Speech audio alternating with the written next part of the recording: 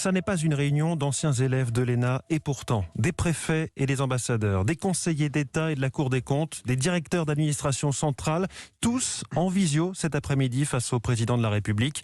Lui et une bonne partie d'entre eux étant issus de l'ENA, École nationale d'administration, dont il va annoncer la suppression. Et c'est une information Europe 1. Que vous nous livrez, Louis Dragnel, bonjour. Bonjour Mathieu. Chef adjoint du service politique d'Europe 1. Alors cette suppression de l'ENA, Emmanuel Macron l'avait promise après la crise des Gilets jaunes, puis il avait renoncé. Voilà qu'il rechange d'avis. Oui, absolument. Donc l'ENA va être remplacée par une nouvelle école de la haute fonction publique.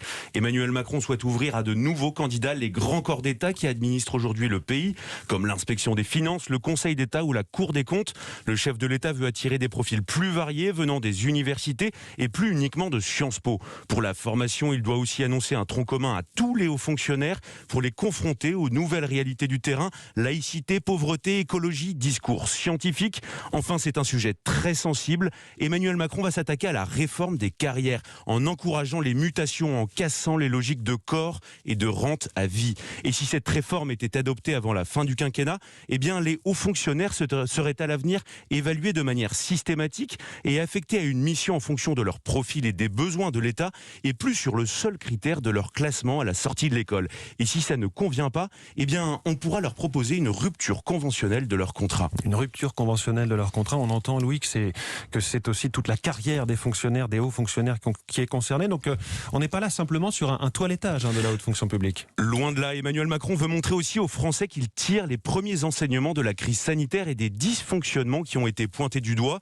Il veut s'attaquer au mammouth d'une administration qu'il juge pas assez efficace, pas assez loyale, trop lente, trop puissante, trop endogène et surtout une administration qui, selon lui, prend trop peu de risques. Mais en réformant aujourd'hui l'ordonnance de 1945, conçue par le général de Gaulle qui souhaitait à l'époque constituer une nouvelle haute fonction publique pour relever le pays, eh bien Emmanuel Macron provoque une petite révolution.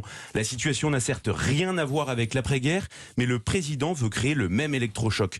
Même si dans son entourage on assure qu'il ne faut pas y voir un acte de défiance à l'égard des hauts fonctionnaires, eh bien cette réforme devrait quand même avoir lieu. Est-ce une annonce qui peut vraiment être concrétisée ?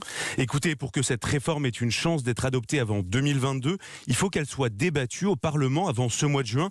Et compte tenu de l'embouteillage législatif, une certitude, la fenêtre de tir est très étroite. Les informations de Louis Dragnel.